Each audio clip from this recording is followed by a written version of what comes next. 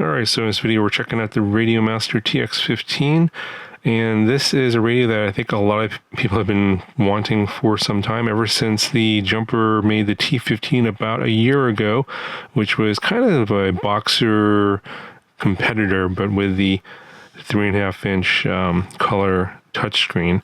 And people were wanting a boxer version with the color touchscreen, and this is kind of like that. Not exactly a boxer. It's a bit of a different design.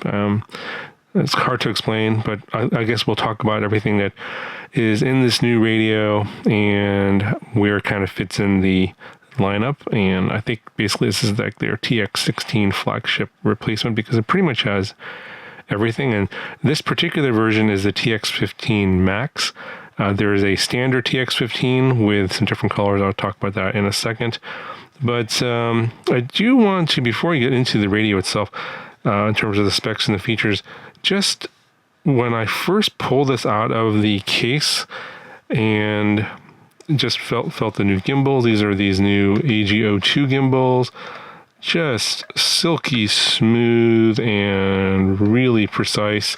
The overall build quality of the Radiomaster TX15 is really nice, at least in this Max version. Of course, I don't know what the standard TX15 feels like, because I don't have that. So I'm talking about it just in the Max version I'm holding here.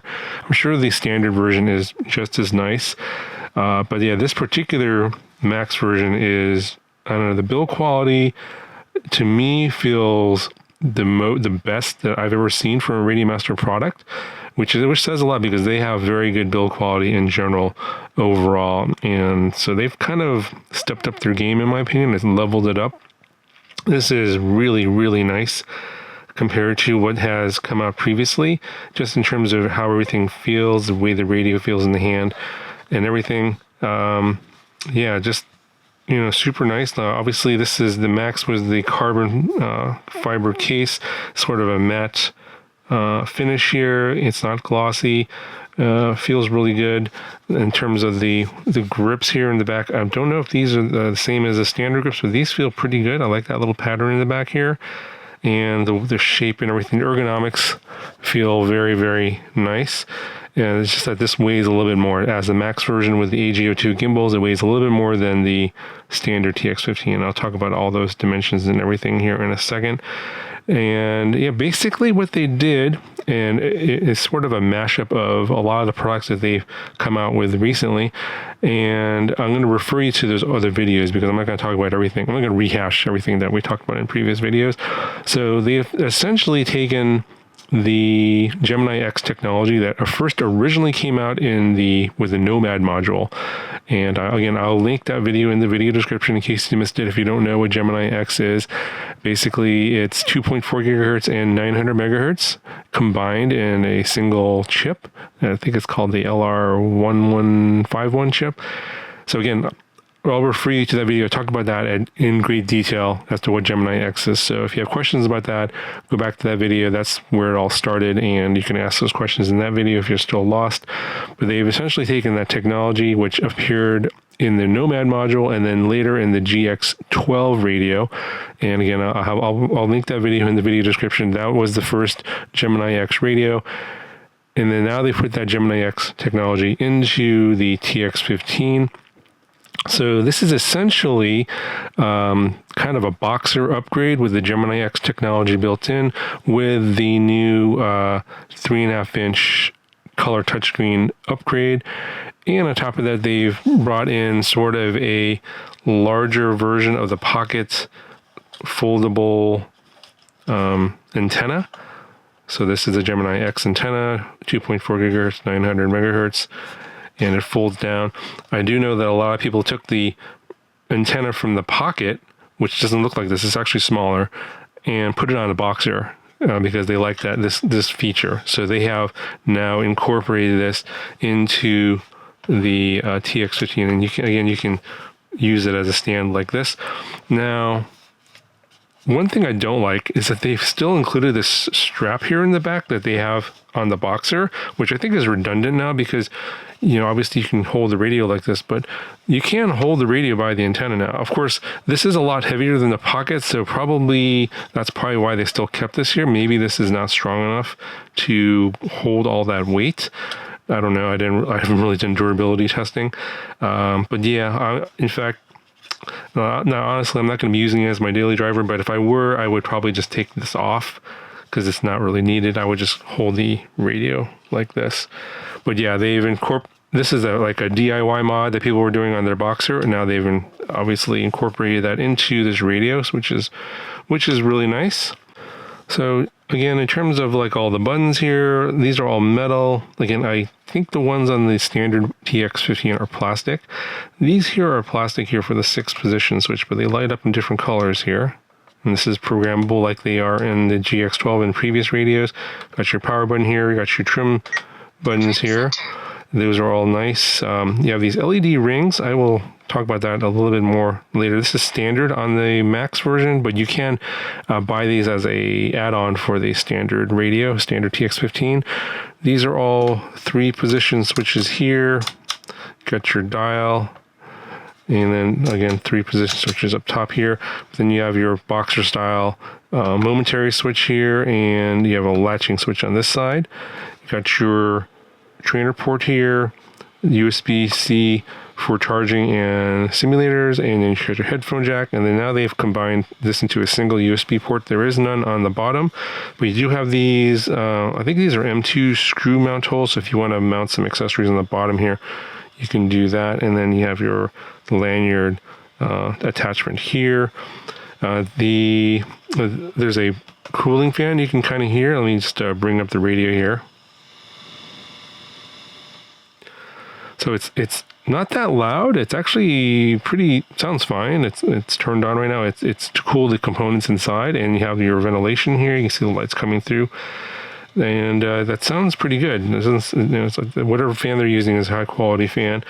Again, this strap gets in the way of the JR module bay, so you can add your TBS Crossfire modules or whatever in the back here. Got your standard battery bay here in the back, and I have just a standard 2S LiPo in here. There is a micro SD card slot here, although it does have 4 gigabytes of onboard storage, so you don't need to use that if you don't want to. Now, in terms of the other stuff that you get, you do get the battery tray for 18650 lithium-ion cells. They did send along these Radiomaster 18650 cells. These are not included. But that battery tray, or the compartment, does work with 21700 cells, so you can put in some pretty big batteries into this. And if you're looking for that, because you probably will need it if you're using the internal module on 1 watt, and I'll show you how to get to 1 watt in a second. But yeah, it just comes with the standard 2S balance lead. So the tray is included, but the batteries are not. You do get a USB-C to USB-A cable for connecting to your computer for the simulator and also for charging. And then if you don't like the sort of flat switches here that were on the Boxer, they do include a switch replacement kit here, so you can replace those get you latch covers here, and then there's also those little I guess decorative pieces here. You get some spare springs as well, and the ones that they do include are 2 position switches here, so those are included. Now, if you want 3 position switches there instead, you can buy them as a separate accessory, so they just sent them along to show you what they look like. They look the same, except they're 3 position instead of 2 position switches. And of course you get your quick start guide and your set of stickers, and of course you get your case, which is also included. So in terms of the dimensions and the weight, I thought I would just sort of explain how this compares to some of the other ones that I reviewed. So just something to note, the standard TX15 is the same dimensions, but the weight's a little bit less. It's 605 grams. And the colors that you get are iron gray, frost white, iceberg blue, mint mist, lemon twist yellow, and hot pink. They have I think 6 colors available. Now the TX15 Max, same dimensions there, 178 by 168 by 81. and 672 grams, so it's quite a bit heavier.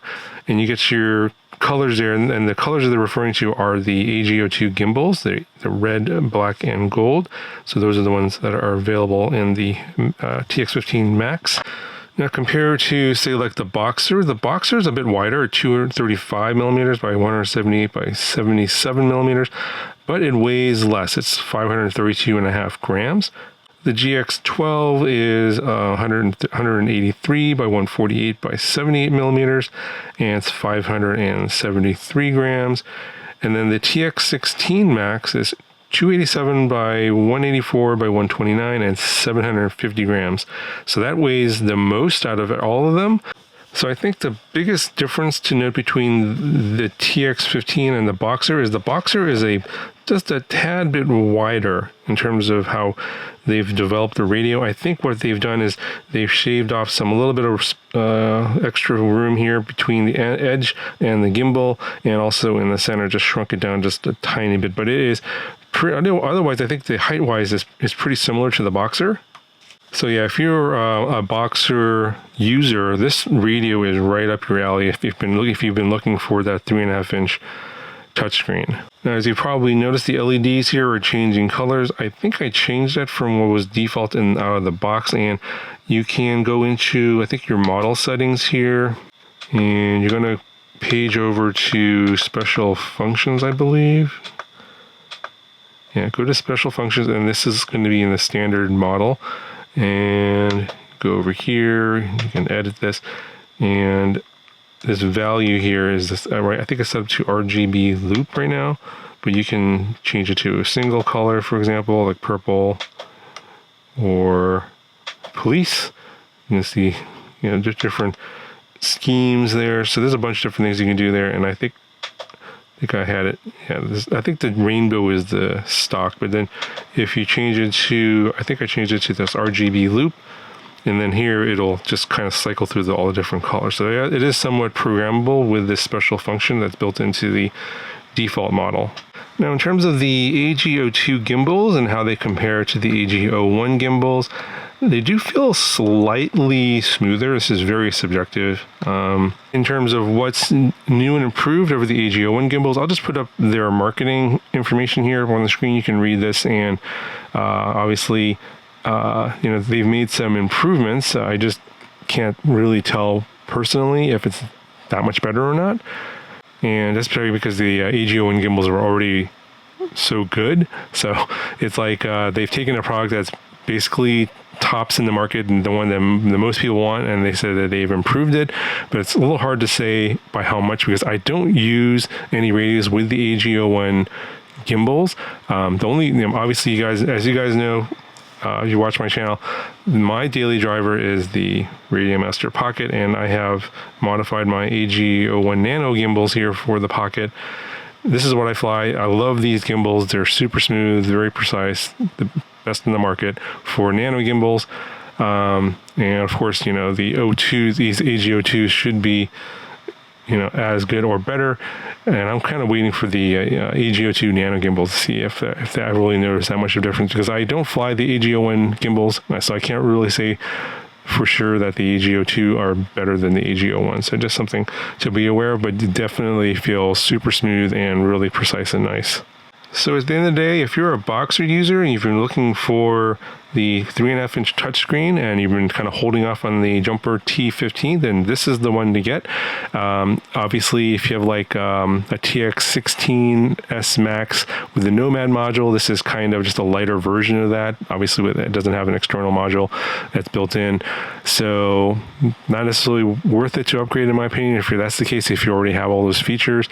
But basically, it's more or less like the ultimate Boxer upgrade. So if you've been flying the Boxer and if you're looking for these kind of features, then yeah, definitely worth looking into.